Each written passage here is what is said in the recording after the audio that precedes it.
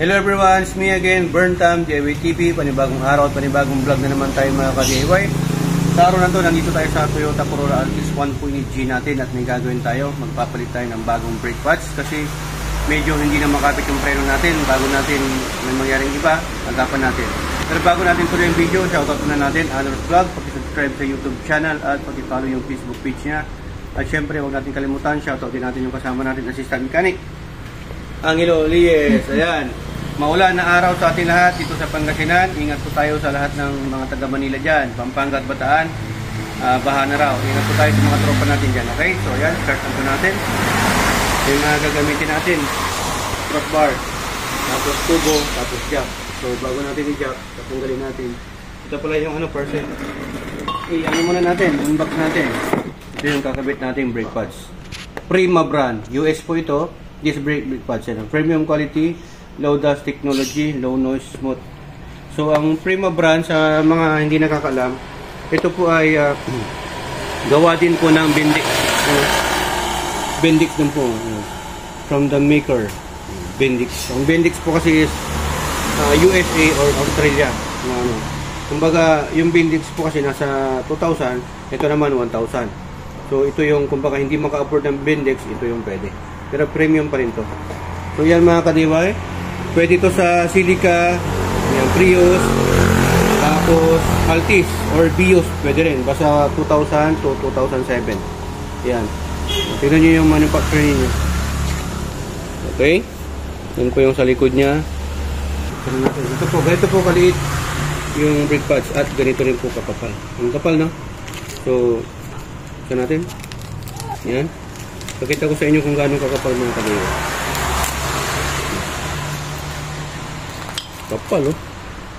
Carbon loading. Kailangan may hiwa talaga yan sa gitna. Maganda yung may hiwa sa gitna talaga kasi dyan lumalabas yung alikabok. Yung mga naiipon na alikabok dito pupunta tapos magulog. Okay? Ayan. So, kino ka kantini bago natin i-jack. Lumagan muna natin bago natin itanggalin.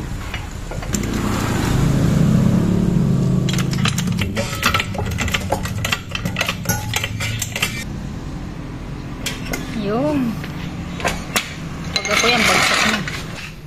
Ayan, itas na po nila mga ka-DIY. So, ang next po, tatanggalin na po natin yung gulong. So, size 21 po yan.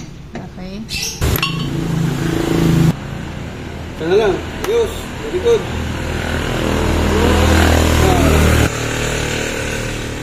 Taas mo ba? Taas mo.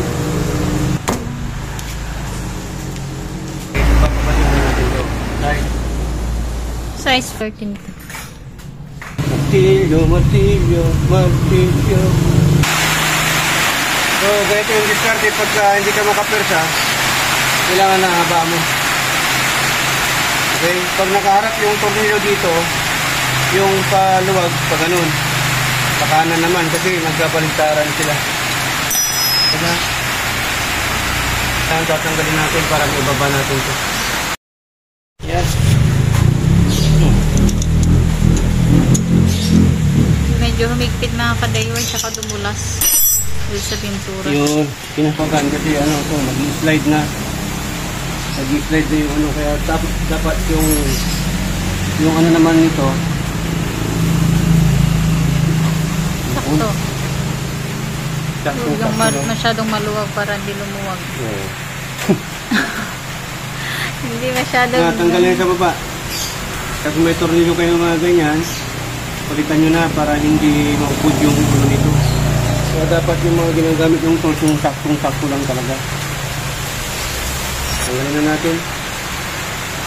Ngayon, pag natanggal natin to, huwag natin ipipreno doon. Kasi pag pinreno natin doon, lalabas tong piston. Hirap na naman ibalik. Pero may tools tayo para dyan. Laki, oh. Mas malaki pa sa Pajero. Grabe yung piston niya. Single lang kasi, sir. Oo, single. Hindi, kahit single lang, malaki. Malaki yan, kasi yung nasa likod, maliit. So yan, kita nyo na yung brake pad.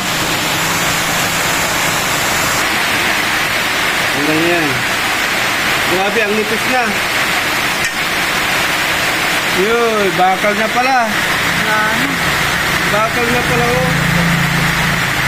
iwasan nyo itong mga ganito ka-DIY kasi masisira po itong rotor disc. Ito, ang gagawin mo, pag nasira to, magpapamachine shop ka na.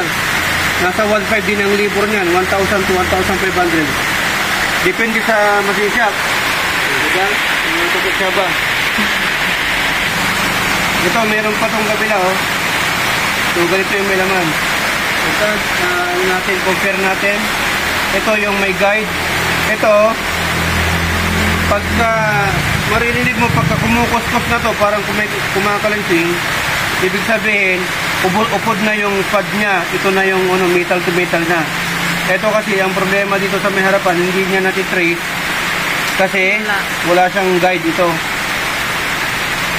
Medyo may kalansing na. Tinan mo kung gaano yung natanggal, oh.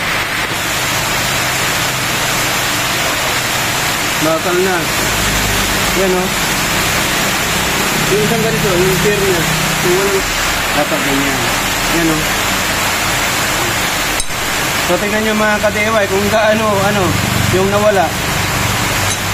O, diba? Metal na, oh. Grabe. So, oh, yan narinig. Wala na, oh. Tingnan mo, yung mismong bakal na, metal to metal na. Okay, buti na, may goodness. Kaya pala, bumabao na yung preno niya. Kasi wala na, oh. Naupod. So yan, babalik na natin to. Karte nila, nililiha pa nila yan, pero ito di na. Tanggalin natin gamit itong impact drill. Tanggalin natin yun.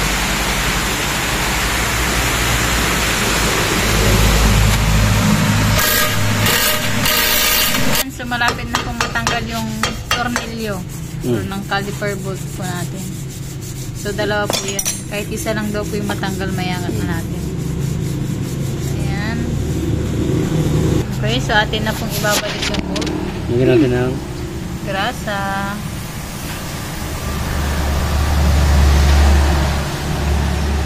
Standby po muna mga ka-DIY. After po nyan, lalagyan na po natin yung panibagong brake pad. Okay?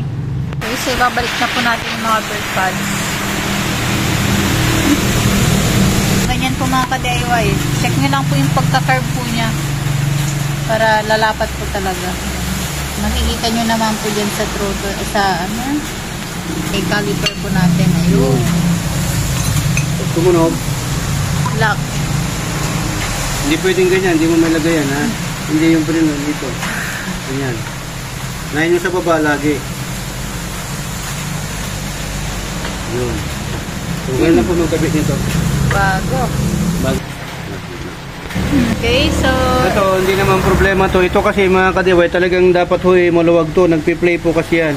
Pagka nagpapam tong na to, yung piston na to, ng caliper piston, itong bolt na to, gumagalaw ho yan talaga. Gumagalaw. Kasi, yan, nagpi-play din po yan, bumubuka yan. Kailangan na bumuka yan. So ito, kaya ho siguro naupod agad kasi hindi nagpi-play to. Nag-stack up to ito eh. steady lang. Naka-steady lang, kaya kailangan talaga mapagalaw natin to. Kasi baka hindi rin kakasya to. Kaya natin.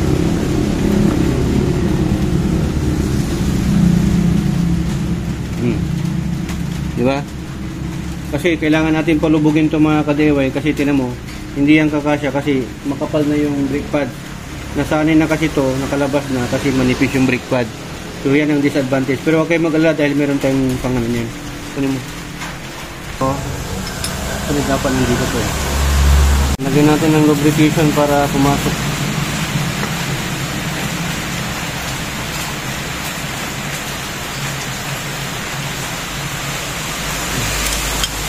Ito yun.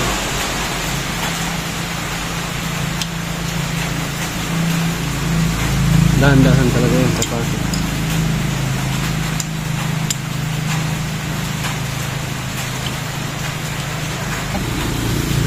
Malapit na mga ka-DIY. Ayun. Pinapasok po natin para magkasya po yung bagong brake pad. Kailangan na mapalubog talaga. Papalubog natin.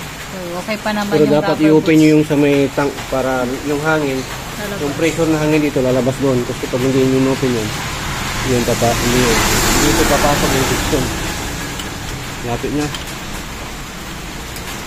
Tingnan na may mga tools na rin. Yun. Sagal na ito. Magic, no? No. Ayan, tagal na yan. Ayan natin. So, gumamit pala tayo ng ano. Ang tawag din sa Diskarte dito, ayan o. Socket. socket. Ayan. Tapos, extension tayo ng socket. Dito sa Kulang kasi yung thread. Okay na yan. Ayan, papasok na yan.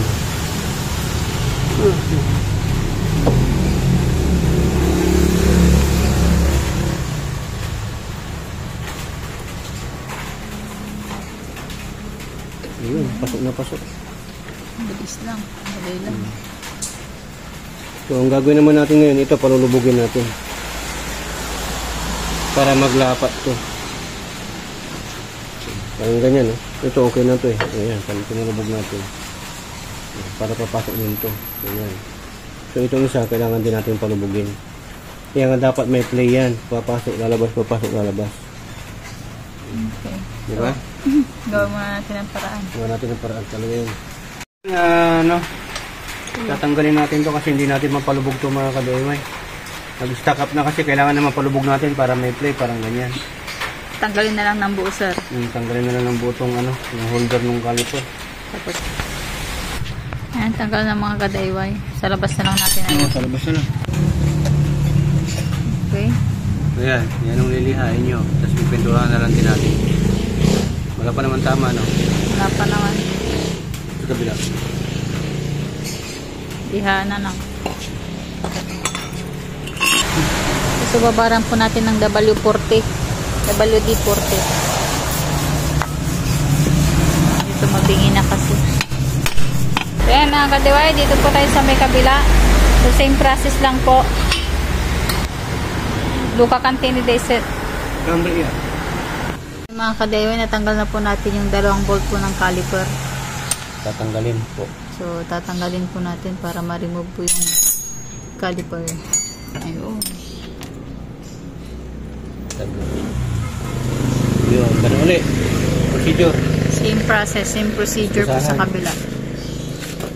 Yung mga ginagawa. Okay.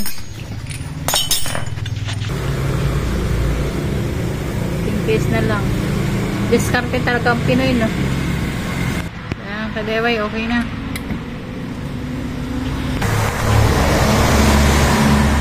Yun, no? Bakal na Wala naman. na, oh. Bakal na, oh. Grabe ito talaga. Muntik na masira.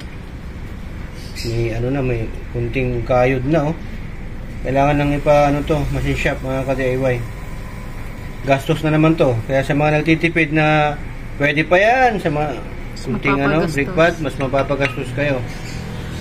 Sa kabila din ata, sir, ubos Hindi, na. mas grabe dito. Sa kabila, medyo okay pa. Ito talaga. Kasi meron yung natanggal eh. Ito, oh. Wow. Ito yung kumayod, oh. Ang ano nito, yan sa kabila. Ito sa kabila, meron pa, oh. Hindi pa niya naabot to. Ito kasi mahirap dito. Dapat kasi magkabilaan din to. Diba? Yung warning mo ito. Ito pwede pa kaya hindi pa niya nasira yung kabila. Okay pa tong kabila. Ito lang. Ang nangyari dito, may sumingit na dumi. Ngayon wala na yung hati. Kasi doon, pag may sumingit yung hati, doon nahuhulog yung dumi. Yun, parang ganun. Parang kulangot niya. Sira. May mga buhangin kanina eh. Ay, naku. Yun. So, gagamit lang po natin ng compact wrench dun sa baba, hindi mahirap.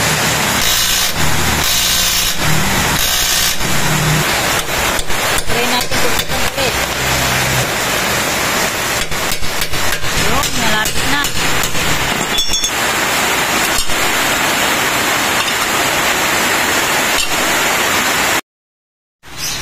So, yung mga ka-DIY, tapos na po natin na pa-machine shop. So, na-remove na po yung Power. na-remove na po nila yung ano, yung bolt dun sa may caliper holder po natin or bracket. Caliper bracket. Yun ang tingin, no? So, ano, tabingi, oh. Mapilit kasi kanina. Sabi niyo.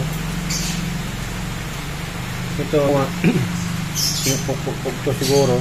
Tumabingi, yan, oh.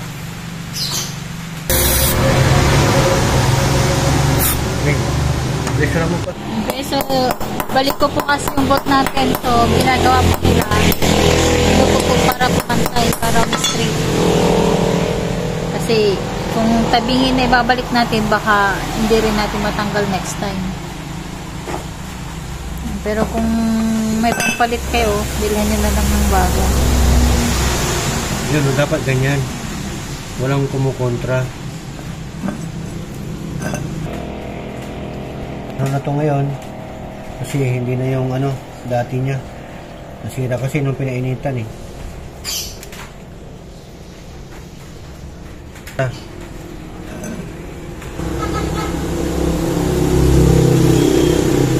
Kasi umiinit yung caliper eh. Dapat eh siya. Yan.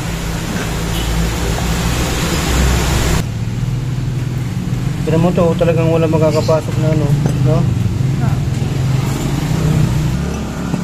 Nang anoan? Grace. Grace. Tapos ilihain natin to. Katabili din to eh.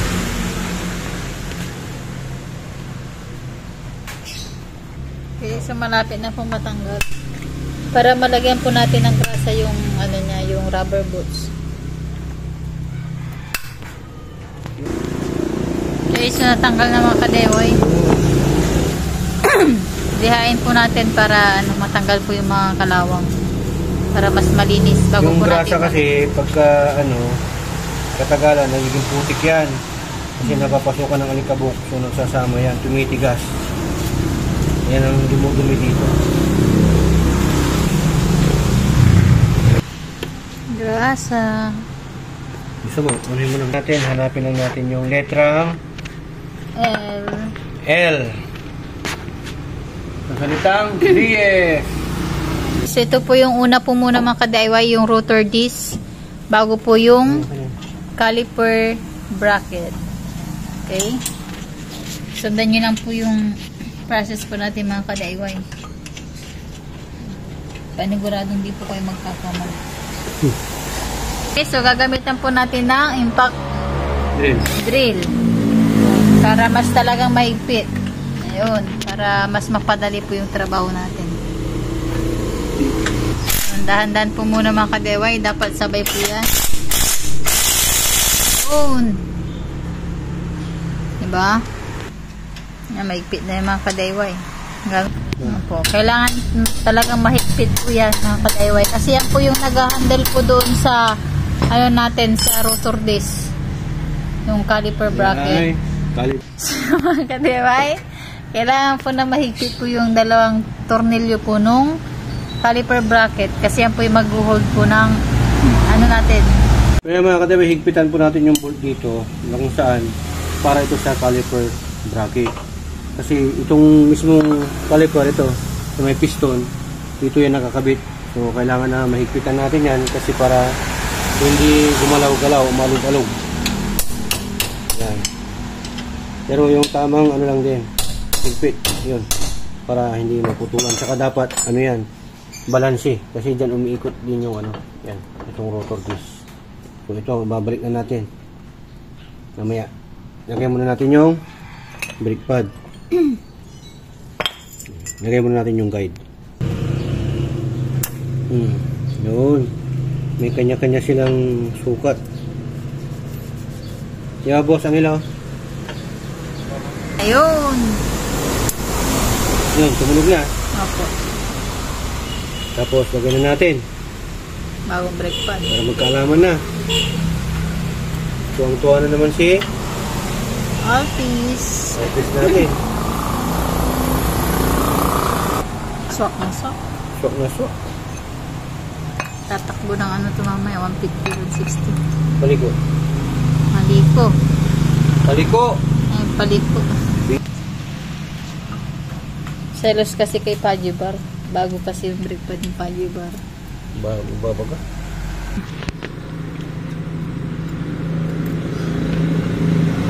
Yun. Grabe. Pagka umiikot tapos pipreno na yan, magpiplay. Tama? Pa. Siyempre, Tapos ibabalik na natin yung okay na, bitaw na. Yan, ganyan. Yan, so pagka hindi natin to pinrest, itong piston nito, hindi po magkakasya dito kasi ito yung bago na po na brake pad. Kailangan po kasi na may pasok natin to para kumasya to kasi mataba. Unlike doon sa dati niya na manipis, kaya nakalabas na po ito kasi yung play niya manipis na. So kailangan mag-adjust yan, lalabas yan pati ito. At ito din, itong bolt na itong dalawa dito sa may caliper bracket, kailangan nagpi-play po yan, ganyan. Para sa ganun, bumubomba din po kasi yan sumasama. Yan, tama-tama boss ang ilo, di ba? Yun, no? Yan, no? Kasi kung hindi natin to mapapalubog, hindi rin po magkakasya yung caliper natin. So, kailangan na mapalubog talaga natin yan mga ka-DIY.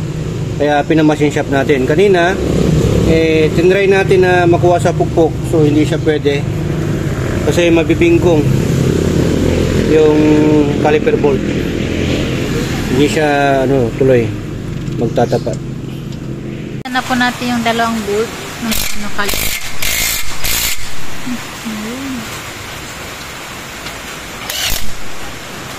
So, make sure po na mahigpit po talaga para hindi po malas.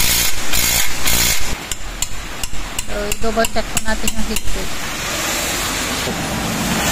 Kailangan po maghigpit, bawal po yung kalog. Yun, no? Ayun na.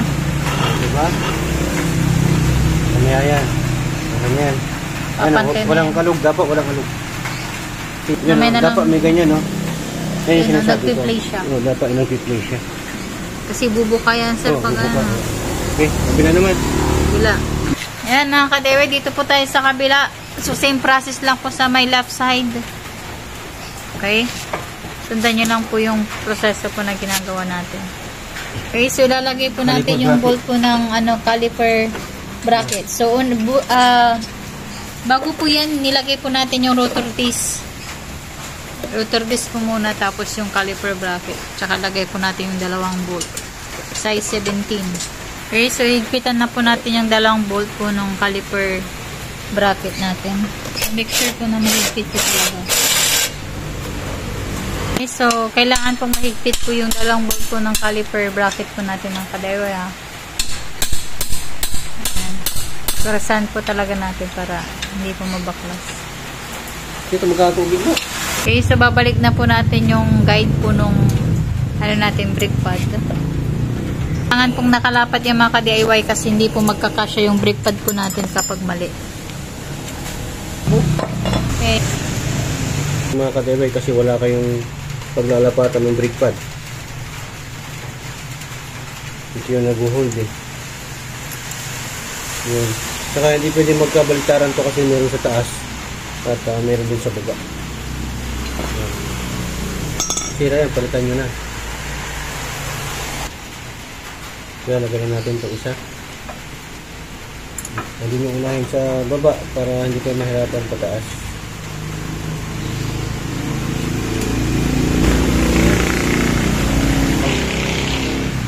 Ganyan. Hindi naman pwedeng ganun. Siguro naman yung preno doon. So ito mga ka-DIY, ito yung warning niya. So, ibig sabihin upod na. Metal to metal lang. Kaya lang, ang pangit dito sa mga to, dapat kasi dalawa magkabilaan. Diba? Kaya tulad nung ito, isa, hindi natin na-sense. Late na natin naramdaman kasi metal na talaga yung kumikis-kis. Wala kasi sa nung ganito. Sana sa mga manufacturer, dalawa yung lagyan nila. Hindi lang yung sa loob, pati. Baliktad ata. Diba madama na? Diba? Baliktad. Diba dalawa? Opo, kabilaan. Kabilaan. Labas, in and out. So, lalagyan na natin yung bolt nung caliper. Yung mismong nag-hold dito sa piston. Tinesting lang natin para baka may rust-thread. Yan. Pagka ganyan, ipitin na lang. Yan. Okay. Kontrahan.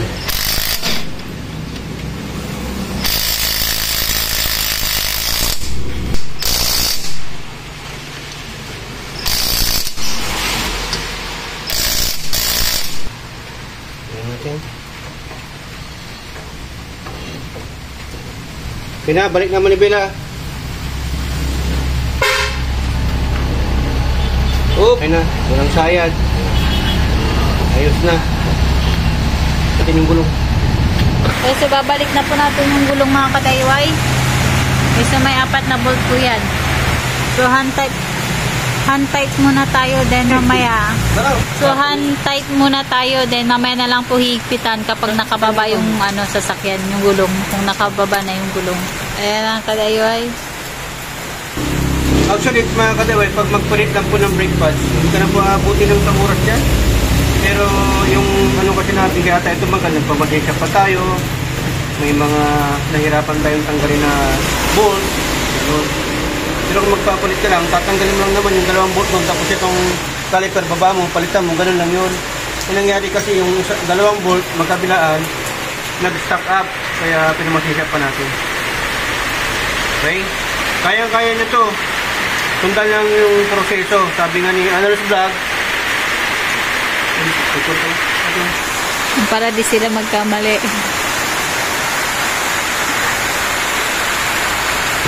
Basta pag nagpapalit kayo ng rim or mag, kailangan na paipis para nasa gano'n, kasi ipitan mo to, dito ka susunod, nakaangat pa itong dalawa, malulustri dyan ngayon pagka ipitan mo, dapat dito or dito, gano'n, para balanse sila. Saka ulit-ulitin mo, hindi hand tight. Hand tight. Next. Kabila, kaya mo. Okay, so ilalagay na po ni Mr. Angelo Leyes. Tanggalin mo natin to para walang nakaharang. Okay. So kailangan po muna natin itapat yung mga stud po para may pasok po natin yung gulong. Okay, so i-hand tight na ni Mr. Leyes. Okay, so pa-X po tayo. Taas, baba, taas, baba. Okay, sabay po muna. Update namin kayo mamaya. So, ibababa na po natin. Natanggal na po natin yung jack na isa. Tsaka po natin, higpitan ng mahigpit na mahigpit. Higpitan na po natin. Size, anong size, sir? 21. Okay, so dapat yung mahigpit na mahigpit para hindi kumalas yung gulong. Align dapat to. Kasi pag hindi rin naka-align, dapat ganyan. Inaano mo inaangat mo. Ganyan. Process lang po mga kadaiwaw sa paghihigpit.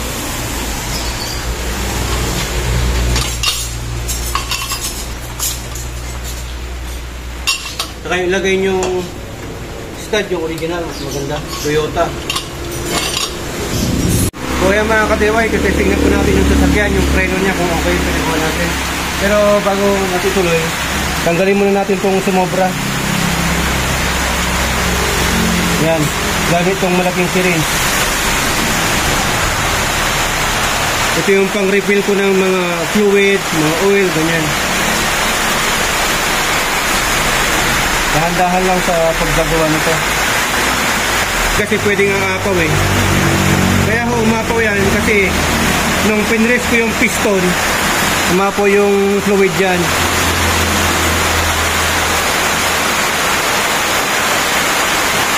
Yan, okay na yan, yung ganyan.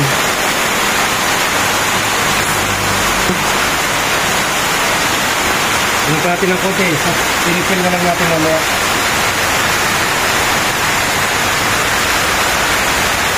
Kaya mga kadiwa, ingat po kayo dito kasi nakakatanggal po ng pintura yan at makati sa balat. So, testingin na po natin. Tapos yung nahulog dyan, kung meron man, babasaan na lang natin ng tubig na may sabon para hindi maluso yung mga pintura dyan. Makalawang. Ito natin. Maraming natin itong lawang. Pompa-pompa. Yes. Natin. Yan, kasi para tanggalin mo muna yung takip doon. So, yun, yan, umaangat na. Yan, tumitigas na. Dapat ganyan. So, nagbawas na siya. Kasi tinulak ng pressure yung fluid doon sa ilalim. So, nagbawas na siya. Ilalagay na natin yun. So, So ito yung tinanggal natin mga ka-DIY. Babalik natin. Malinis naman po yung pinaglagyan natin. Kasi umapaw kanina. Balik na natin. Huwag na natin ilagay lahat para ano. Dito ho talaga yung sukat dapat eh. So dagdagan na lang natin yun. Kasi dito talaga yung sukat. Yan. Kailangan natin ito yung sukat lagi ha. Yan yung pinaka-maximum niya. Yung minimum niya dito. Kasi kayong hood. Ito sa bandi ko.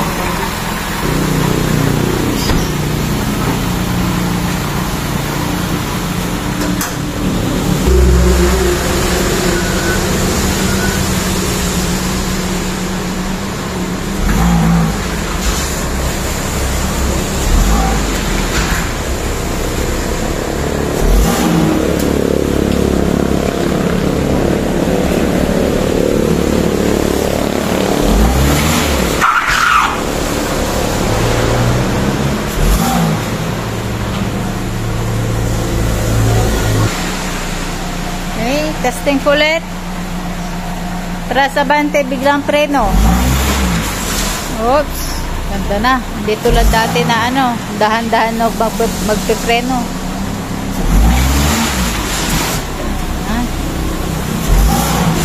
Pwede na. Nakaspreno, mga ka-DIY. Sulit yung pinagawa natin. Okay na okay. So, gano'n lang po yung pagpapalit ng brake pads.